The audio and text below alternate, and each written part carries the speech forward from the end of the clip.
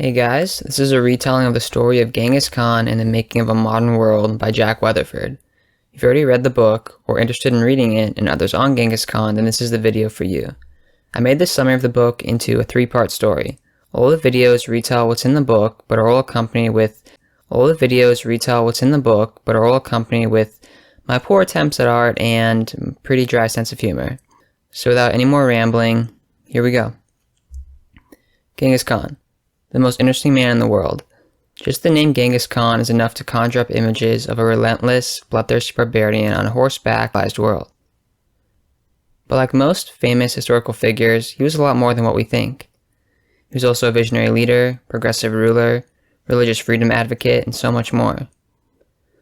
So I'm going to just tell a story and try to inform you about one super cool guy named Genghis Khan. But before Genghis Khan, the conqueror we hate to love or love to hate, we need to know about his mommy dearest, Holin. Also, excuse my lack of pronunciation skills. I panic when I see hard names. Holin, on the day our pal Genghis was born, was a young, kidnapped girl. She gave the man that claimed her now as his wife was not the man she had married. Only a short time before, her life seemed different. She was the wife of a young warrior called Chilidu of the Merkid tribe. He had traveled to the eastern steppe to find and woo her from her tribe, the Olku Nud. And then eventually, Chilidu the Charming got Holin as a bride. But according to steppe tradition, my guy would have had to give her parents gifts and work for them, maybe even for several years, before going back to his tribe with her. So imagine that, giving gifts and working just for a shot at getting your bride. But what if the parents or the girl are just like, nah, after the guy does the gifts and work? Poor guy probably just rides his horse back home with his self-esteem cut in two. But Chilidu got his bride, and they made their way back to his tribe, the Merkid.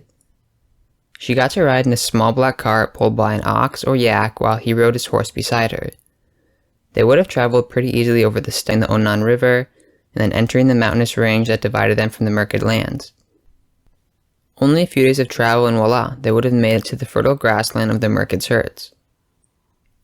And as the young bride was chilling in her black cart, she was unaware of the horsemen about to swoop down upon her, an assault that wouldn't just change her life, but alter the course of world history. On the top of a nearby cliff, a lone horseman with his falcon was hunting.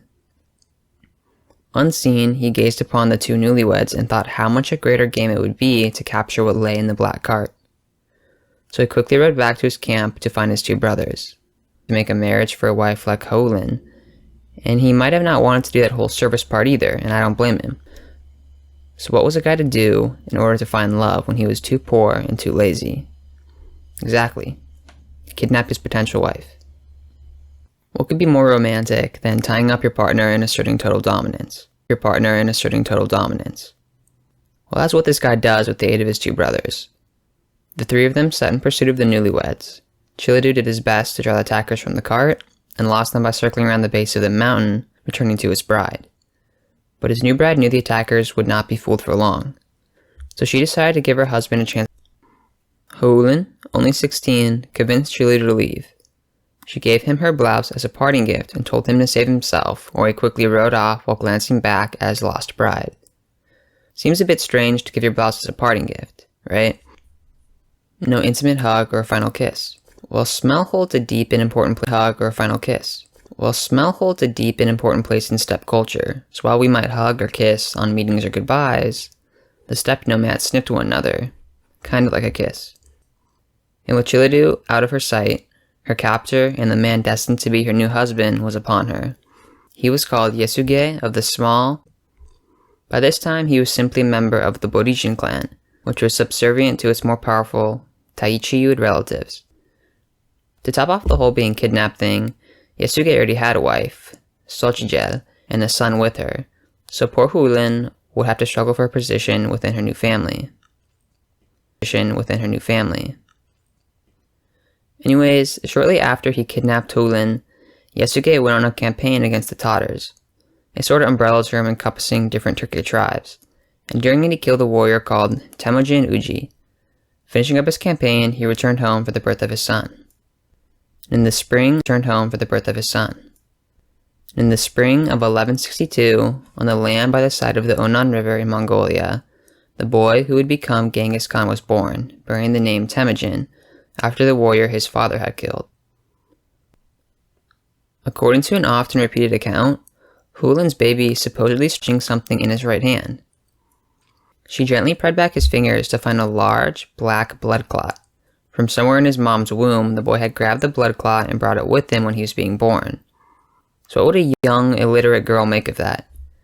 8 centuries later, we might have an idea, but what about for her right there and then? Should she be proud and hopeful, or alarmed and fearful? I don't know. To be honest, if I saw my newborn holding a freaking blood clot in his hand, I would probably just pass out. Okay, now little baby Temujin was born and probably dreaming about world domination. Also, side note, I heard of him as Genghis. Even his name's Temujin, but Genghis is the one everyone knows him by. Unfortunately, not a whole lot of details of Genghis's early childhood exist. What little there is does suggest that he was of little value to his father, though. He even once was left behind when they moved to another camp. A clan called the Taichiud was left behind when they moved to another camp. A clan called the Taichiud found him, and their leader Targute, the Fat Khan, took him in for some time. Then, sometime later, Genghis was actually reunited again with his family. What we know next is when Genghis' father took him in search of a wife at the ripe old age of 9. They set out to find Hulin's family in the east, maybe because she wanted him to marry a woman from her own tribe, or because Yasuge just wants to get rid of Genghis. But Yasuge only had 1 horse to spare for a gift, so he needed to find Genghis a family that would accept him as a laborer for several years. Along the way on the journey, and that family had a daughter named Borte, slightly older than Genghis. Well, the 2 children ended up getting along, so Yasuge was like, sweet, less work for me, and with the other father, they agreed to betroth the 2 kiddos. With the deed done, and Genghis getting ready to do his labor, Yasuge was off. On his way home, he came across a camp where the top. He wanted to join the party, but knew that he must keep his identity a secret, since he killed their kinsman 8 years prior. Despite his secret agent-like attempts, someone recognized him and secretly poisoned him. Super ill, but not dead yet, he managed to ride back off to his family's camp, where he immediately sent someone to bring Genghis back and rush him to his father's deathbed. But by the time Genghis arrived, his father was dead, leaving behind 2 wives and 7 young children. How would this family of 9 survive in the harsh environment that they now lived in? In steppe tradition, one of Yasuge's brother's marriage system, even one of Yasuge's sons by his other wife, Xochitl, would have been an appropriate husband for her if he'd been old enough. But despite her still being young, in her mid-20s, she had too many children to support, and as a captive wife, she had no valuable family ties. So with her husband dead, and no one offering help, she and her family were truly alone. And soon enough, she was cut out from the tribe, who planned to leave her and her family in the summer. And they did just that, leaving the family for themselves. But she didn't give up. She made a final effort to try and shame the tribe. The horsehair spirit banner of her dead husband, mounted her horse, and chased after them. She circled the people, waving the banner, which wasn't only an emblem of him, but essentially a token of his very soul. The people did feel immense shame at the sight and temporarily moved back to camp. But upon nightfall, the people, one by one, snuck away, taking with them all the family's animals, thereby condemning them to a nearby certain death. But the family did not die. Hulin, definitely Mother of the Year, saved them. She spent day and night finding food for all her children. Small fruits, roots of plants, and really anything that family survived and the children grew, they helped as well. Genghis hunted rats with wooden arrows tipped with bones and used his mother's sewing needles for fish hooks. Life started to not look all too bad. Food became less of a worry and was replaced with Genghis' worry of his fate. The tragic circumstances life threw him instilled this proud. Within his very soul, he knew he needed to take charge of his fate and to rely on alliances with trusted associates rather than familial or tribal ties as a base of support. And the first of those powerful associations for Genghis came when he met an older boy named Jamukha from the Jadaran clan. Jamukha's family often camped near Genghis, and they were in fact distant relatives related to the clan of Genghis's father. Since in Mongol culture, kinship reigns supreme, the two were already considered allies and friends. But the two wished to become closer than that. They wished to be brothers. So twice in their childhood, they swore oaths of eternal brotherhood, becoming blood bros according to Mongol tradition. The two were the closest of friends. They hunted and fished together, played games, and all that sort of Mongol stuff. But one year, Jamukha's clan did not return the following winter, and the coming years separated the boys. That bond they forged in childhood, however, would later become both and a major obstacle in Genghis's rise to power. So with Jamukha gone, all Genghis had was his family, but at home he often was bullied and told what to do by his older half-brother Bektir. Unfortunately, he couldn't do a thing about it because a strict hierarchy ruled Mongol herders. Children had to unquestionably obey their parents. But since this family had no father, the eldest son, which was Bektir, began to rightfully assert himself as the father figure. Controlling everyone's actions, Duke got to exercise complete control over everybody. And that control and bullying over time, Bektir always stealing his hunted animals and fish, or the fact that Genghis knew Bektir would eventually wed his mom, solidifying his control on the family. Regardless, he snapped one day. Genghis and his younger brother Khasar, both angry, went to find Bektir. Approaching in the grass, they spotted him sitting alone on a small mound. The mound while he approached from the back, and creeping quietly, they came within striking distance of their bows. Then they popped out of the grass with arrows drawn on Bektir.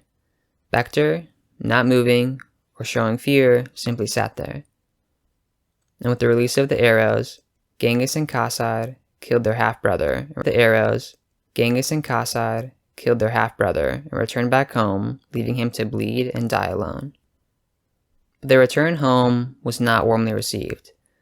Their mother, finding out they just killed Bektir, went off on the two, comparing them to wild animals and all that stuff. Honestly, Genghis didn't care. He was playing the game called life, and he could not care less about honor or anything like that. He only wanted to win.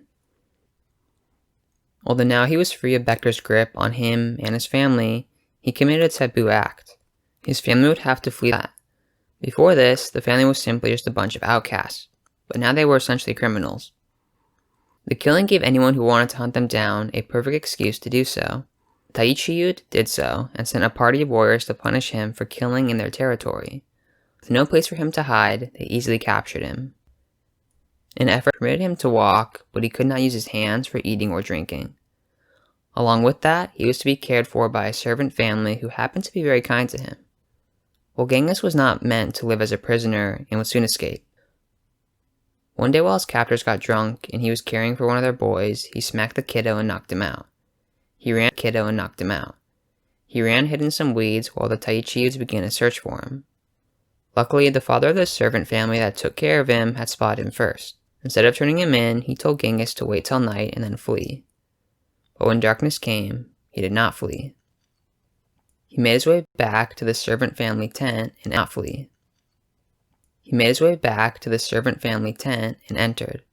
and much to their danger, they still helped him.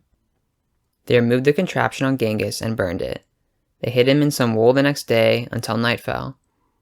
Despite the family being so poor, they cooked him lamb and gave a course for him to flee and make his way back. Building Genghis this idea of not only distrusting high-ranking people, but also that the only thing that matters is people's conviction. This family had no kinship ties to him, nor were wealthy, nor important, yet they still helped him. That would come into play later importance in Genghis' life. He would judge others primarily by their actions towards society. Okay, now we're going to fast forward to 1178.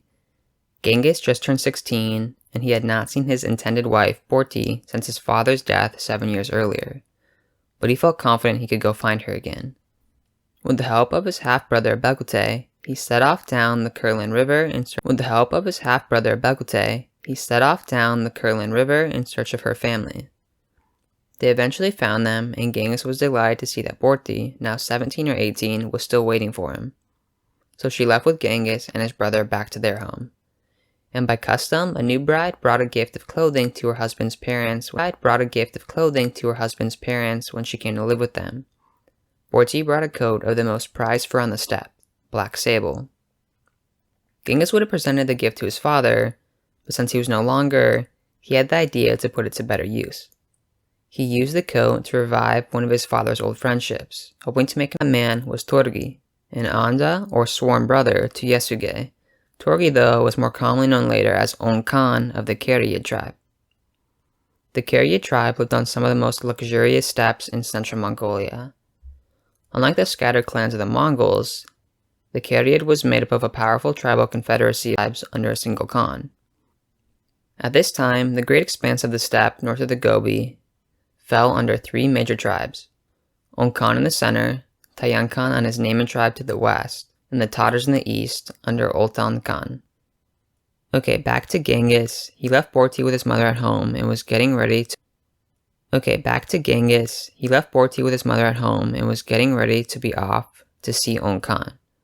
So Genghis left with his brother Kasar and his half-brother Begute to take the coat to On Khan, who fortunately eagerly accepted the coat, therefore signifying that he acknowledged Genghis as a stepson of sorts, and that his seemingly simple gesture of giving a coat, however cool it was, he gave Genghis and his family now the protection and security that they needed. Finally, the many troubles of Genghis' early years seemed to be behind him. He could enjoy his hard-earned time with his bride and growing family. Sadly, that wouldn't last. Now, after 18 years, the tribe from which Genghis' mother had been abducted, the Merkid, decided to seek some vengeance for that slight. The Merkid did not come to reclaim Hulin though, but after Borte, who would kind of serve as this repayment for Hulin being kidnapped in the past. Well, let's see how that plays out for the Merkid. Early morning, as the family slept in their gur on an isolated steppe, a raiding party of Merkids raced toward them. As the horses' hooves began to vibrate, sound, drawing near, everyone awoke in alarm. Racing out to flee, Genghis fled with everyone but Borte, Xochitl, and an old woman who had joined their family. Chivalry goes out the door when you're in a tribal world. Genghis performed some straight-up utilitarian calculus and left the three as booty for the Merkid while his family could escape. And by the time the Merkid arrived at the gur, Genghis and his family were gone, but the three women remained to be captured. But despite Genghis leaving his new bride behind, he thought about her, his future, and what he should do. Abandon hope of getting her back and try to kidnap a wife in the future like his father did? Or fight against all odds and take what was his? What would his destiny be? Well, Genghis decided to take control of his own destiny. He believed he had just been... So to take charge, he turned in prayer to the spirit of the mountain. Unlike other tribes who embraced Buddhism, Islam, or Christianity, Genghis and the Mongols remained animists, praying to the spirits that surround them.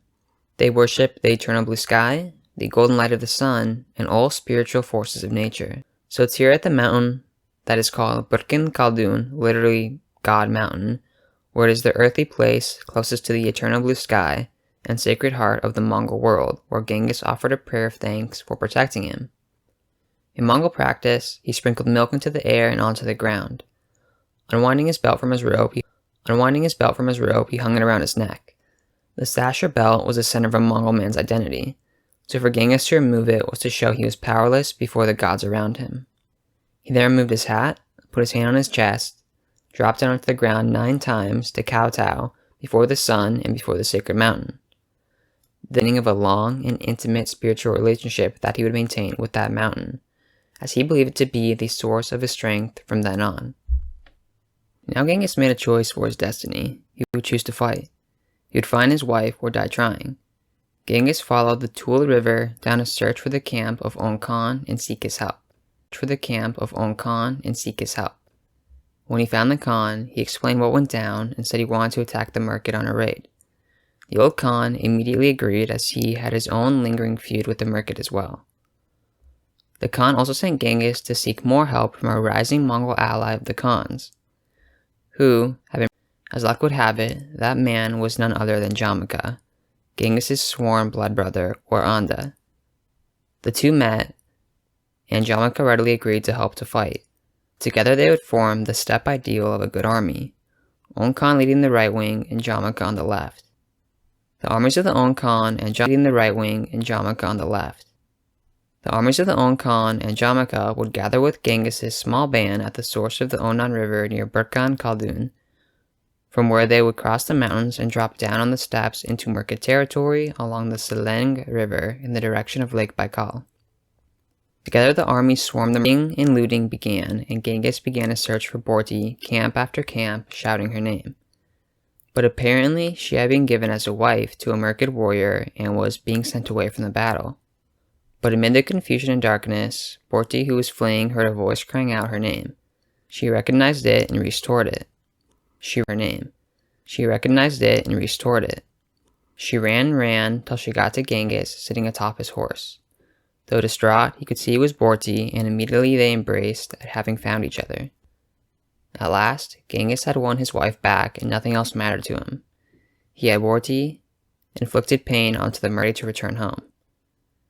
The young couple might have hoped to live happily together, at least for a bit.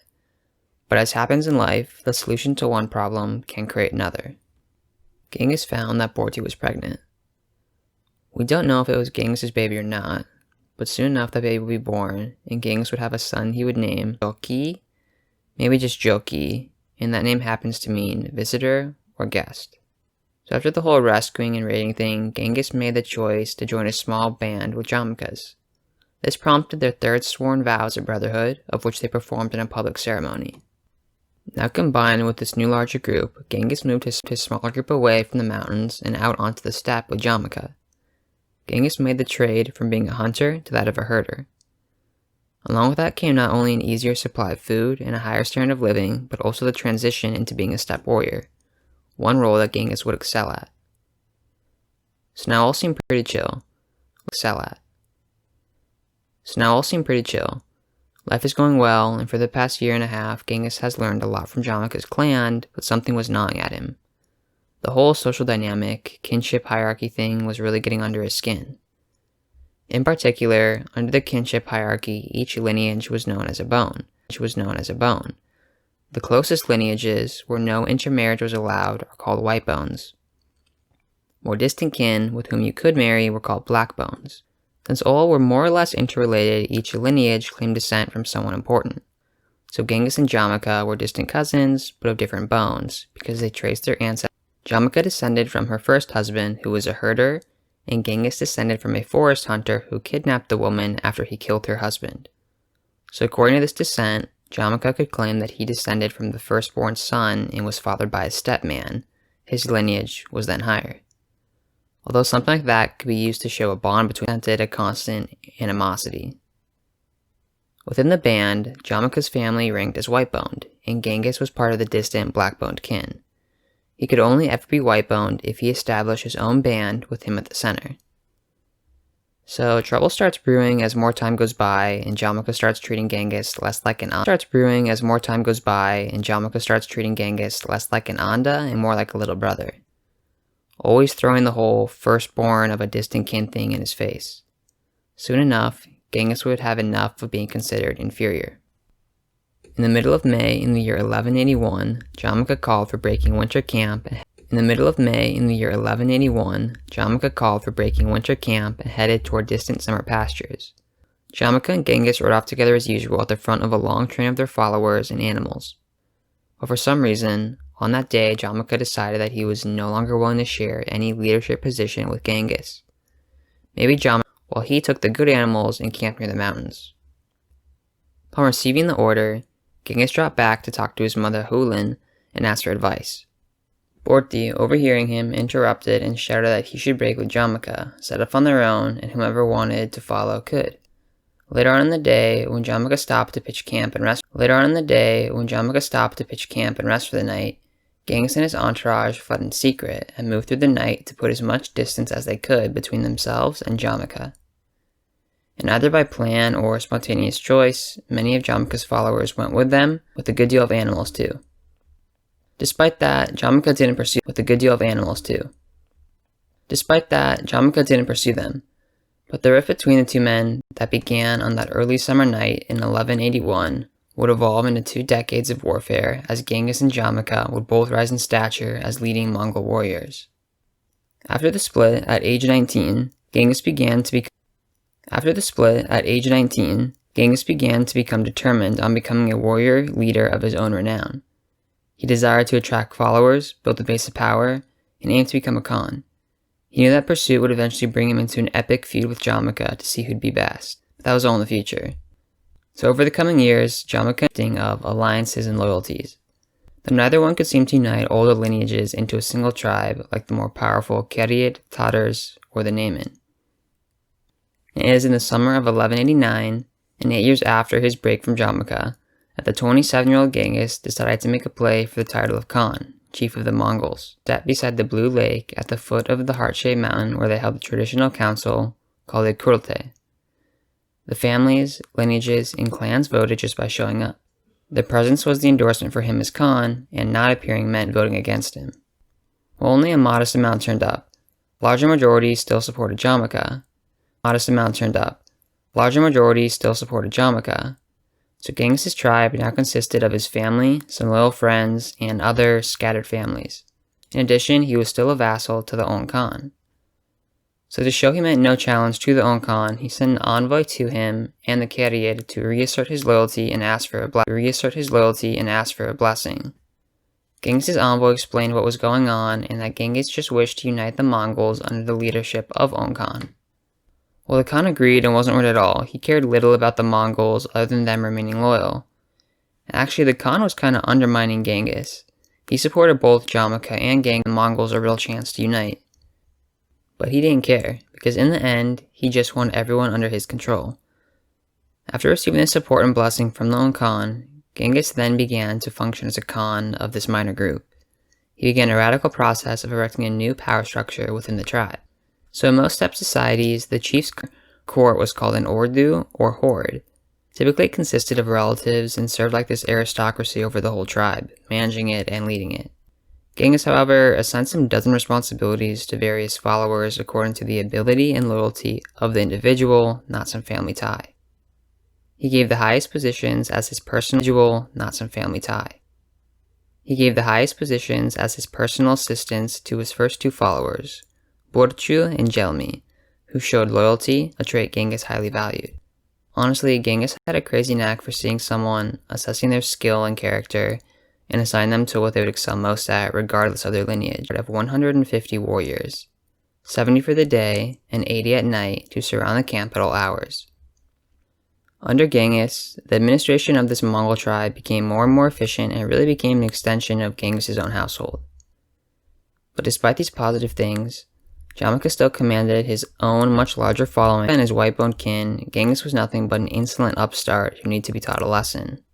And in the year 1190, just 1 year following Genghis' election, Jamukha used the killing of one of his kinsmen by one of Genghis' followers during a cattle raid as an excuse to summon all his followers to battle.